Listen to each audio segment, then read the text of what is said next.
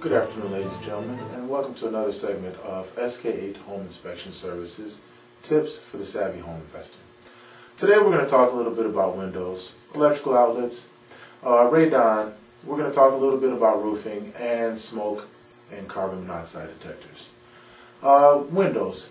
With regards to windows, we'd like to talk about the windows that have operating functions, such as casement or double hung windows. You want to make sure that each window in each space operates properly. You want to make sure that you do this when it is safe to do so.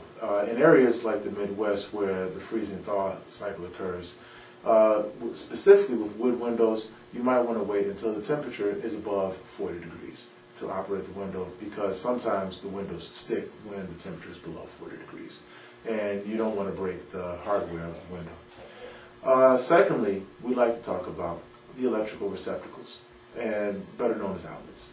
You want to go through your space and you want to check and make sure that each outlet is operational and that the wiring to each receptacle is proper. You can typically buy an outlet tester from your hardware store, Home Depot, Menards, or Ace Hardware, something like that.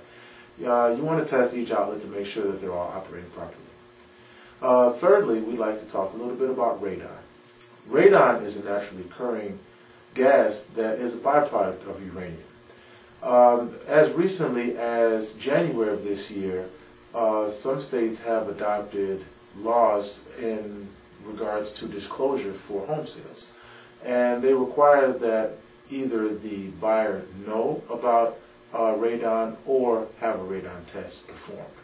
I always recommend that the potential buyer get a radon test performed. Radon is the second leading cause of cancer among non-smokers. And it's very important that homeowners know about this and know the level of radon in their homes. And so I always recommend that buyers and even sellers have their homes tested for radon. Thirdly, we'd like to talk a little bit about roofing. With the investor, it's very important that you know the age of the roof and the condition of the roof, and also the flashings or the penetrations to make sure that you don't get water inside the home. Typically, more than 3 layers of roofing is about the maximum that you're allowed by code to put on a roof.